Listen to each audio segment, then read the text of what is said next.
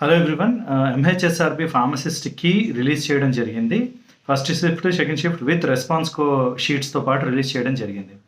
అయితే చాలామంది key check చేసుకుంటున్నప్పుడు నేను ఆల్రెడీ ఒక వీడియోలో చెప్పినట్టు తెలిసినవే తప్పు చేయడం, లేదు వెనక్కి వెళ్ళి చేంజ్ చేసిన ఆన్సర్స్ తప్పవడం, ఇవి కామన్ థింగ్స్ అండి. నేను ఆల్రెడీ చాలా వీడియోస్లో చెప్తూ వచ్చాను. తెలిసినవి తప్పు చేసే ఎర్రర్ తగ్గించండి. మీరు రివ్యూ పెట్టి మళ్ళీ చేంజ్ చేస్తే ఆన్సర్ తప్పు చేసేది 70% అని స్టాటిస్టిక్స్ కూడా చెప్పాను. కానీ కొంతమంది జరగడం జరిగింది. So it all happens. ఇది ఒక ఎక్స్పీరియన్సే. ఎగ్జామ్స్లో ఇట్ హ్యాపెన్స్ విత్ ఎవ్రీవన్. అందరికీ జరుగుద్ది. So don't worry too much. Exam అయిపోయింది. ఇప్పుడు మనం ఏం చేయలేం. మీరు బాధపడినా వెనక్కి వెళ్ళి రిజల్ట్ చేంజ్ చేయలేరు. కాబట్టి ఇది ఎక్స్పీరియన్స్. నెక్స్ట్ టైం ఇలాంటివి రిపీట్ అవ్వకుండా చూడాలి. ఇది ప్రిలిమినరీ కీ మాత్రమే. 5th December అంటే ఎల్లుండి ఈవినింగ్ 5 వరకు అబ్జెక్షన్స్ ఏమైనా ఉంటే రేస్ చేయమంటారు. అబ్జెక్షన్స్ రేస్ చేసిన తర్వాత అవి చెక్ చేసి మళ్ళీ ఫైనల్కి రిలీజ్ చేస్తారు. ప్రిలిమినరీకి ఇప్పుడు వచ్చింది, ఫైనల్కి అబ్జెక్షన్స్ ద్వారా రిలీజ్ చేస్తారు. దాని తర్వాత ఒక ప్రొవిజనల్ లిస్ట్ రిలీజ్ చేస్తారు.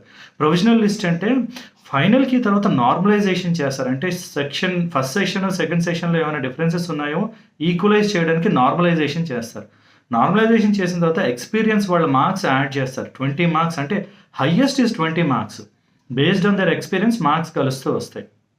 సో అప్పుడేమవుతుంది, 80కి పేపరు, ఆ 20 కలిపి 100కి అప్పుడు ఫైనల్ రిజల్ట్ ప్రొవిజనల్ లిస్ట్ పెడతారు. అది ఫైనల్ ప్రొవిజనల్ లిస్ట్. ఇంటర్వ్యూస్కి పిలుస్తారు. ఇంటర్వ్యూ అంటే it is not interview, it is certificate verification. 1:3లో పిలుస్తారు. అంటే మనకి 730 పోస్టుల వరకు ఉంటే అప్రాక్సిమేట్లీ ఒక 22,000 మెంబర్స్ని 2,200 మెంబర్స్ని పిలుస్తారు. 1:3 అంటే ఒక పోస్ట్కి ముగ్గురిని పిలుస్తారు. ఎందుకు ఒక పోస్ట్కి ముగ్గురిని? అక్కడ ఇంటర్వ్యూ ఏమీ ఉండదు. మీకు వచ్చిన ఈ ఫైనల్ మెరిట్ ద్వారానే సెలెక్ట్ చేస్తారు. కానీ సర్టిఫికేట్స్లో ఏమైనా ప్రాబ్లం ఉంటాయేమో అని 1:3లో పిలుస్తారు. అంటే లాస్ట్ టైం అలా పిలిచారు 1:3, ఇప్పుడు కూడా అలానే పిలుస్తారు అనుకుంటాం. ఫైనల్గా అప్పుడు ఫైనల్ లిస్ట్ రిలీజ్ అవుతుంది. సో ఇంకా చాలా స్టెప్స్ ఉన్నాయి. ఫైనల్కి రావాలి, ప్రొవిజనల్ లిస్ట్ రావాలి, ప్రొవిజనల్ లిస్ట్ నార్మలైజేషన్, ఈ 20 హైయెస్ట్ ఎక్స్పీరియన్స్ మార్క్స్ కలిపిన తర్వాత వచ్చేది ప్రొవిజనల్ లిస్ట్. ఆ తర్వాత సర్టిఫికేట్ వెరిఫికేషన్, ఆ తర్వాత ఫైనల్ సెలెక్షన్. ఇంకా చాలా టైం పడుతుంది. ఎప్పుడు వస్తుంది అంటే you will not know. It depends on lot of factors. మీ పార్ట్ ఎగ్జామ్ రాయడం, రిజల్ట్ రావడం వరకు పార్ట్ అయింది.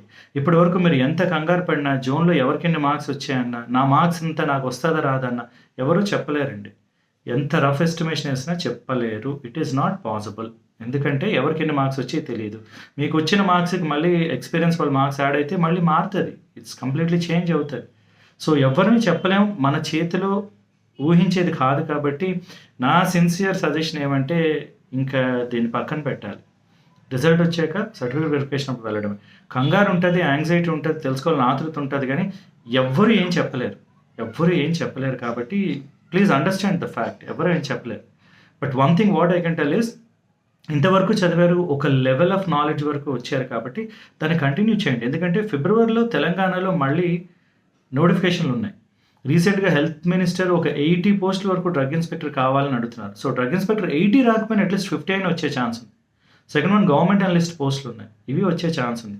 ఎలాగో మీరు ఒక లెవెల్ వరకు ఉన్నారు కాబట్టి రెగ్యులర్గా కొంచెం చదువుతూ వెళ్తే కంటిన్యూ అవుతుంది. దీన్ని యూజ్ చేసి నెక్స్ట్ ఎగ్జామ్స్ కూడా ఫోకస్ చేయొచ్చు. అంటే ఇది రాదు, హోప్ లేదు అని అనట్లేదు. Just continue it. అంటే ఈ మిగతా టైం రిజల్ట్ వచ్చినంత వరకు ఉన్న టెన్షన్ క్లియర్ అవ్వాలంటే మీ అటెన్షన్ డైవర్ట్ అవ్వాలి. ఎయిదర్ జాబ్లో కంప్లీట్గా ఫోకస్ చేయాలి, లేదా కొత్తది నేర్చుకుంటూ ఉండాలి. So that is what I do. కొన్నిసార్లు మన స్ట్రెస్ మనం హ్యాండిల్ చేయాలి. అప్పుడు you need to divert yourself. ప్రొడక్టివ్గా డైవర్ట్ చేయాలి. ప్రొడక్టివ్గా డైవర్ట్ అంటే learn a new skill or again focus for the further examinations. అంటే డ్రగ్ ఇన్స్పెక్టర్ తెచ్చుకోవాలని చదవండి. It is not very far. ఒక 2 monthsలో నోటిఫికేషన్ వచ్చేయచ్చు. సో అలా డైవర్ట్ చేసుకోండి. కానీ మీరు ఎంత ప్రయత్నించినా ఏం జరుగుతుంది, వస్తుందా రాదు, ఇది ఎవ్వరూ ఏం చెప్పలేరండి. No one can tell. Plus this is just ప్రిలిమినరీకి. మీకు ఫైనల్కి రావాలి. ప్రొవిజనల్ లిస్ట్ వస్తుంది. ప్రొవిజనల్ లిస్ట్లో మీకు నార్మలైజేషన్ చేస్తారు, ఎక్స్పీరియన్స్ మార్క్స్ యాడ్ చేస్తారు. మళ్ళీ తర్వాత సర్టిఫికేట్ వెరిఫికేషన్ ఉంది. 1:3 పిలుస్తారు. ఆ తర్వాత ఫైనల్ లిస్ట్ వస్తుంది. ఫైనల్ లిస్ట్లో వచ్చింది final. It will take some time. ఇంకా 3 steps ఉన్నాయి కాబట్టి. So I wish you all the best. చాలా కష్టపడ్డారు, ట్రై చేశారు, ఎగ్జామ్ రాశారు, కీ వచ్చింది. ఎంహెచ్ఎస్ఆర్బి వాళ్ళు, గవర్నమెంట్ వాళ్ళు చెప్పినట్టు చేసుకొని వెళ్ళారు. It is a good thing.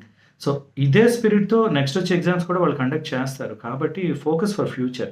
అంటే స్టేట్కి సంబంధించి ఈ 2 ఉన్నాయి, గవర్నమెంట్ అనలిస్ట్, డ్రగ్ ఇన్స్పెక్టర్. సెంట్రల్కి సంబంధించి central drug inspector, ESI notification కూడా ఉన్నాయి.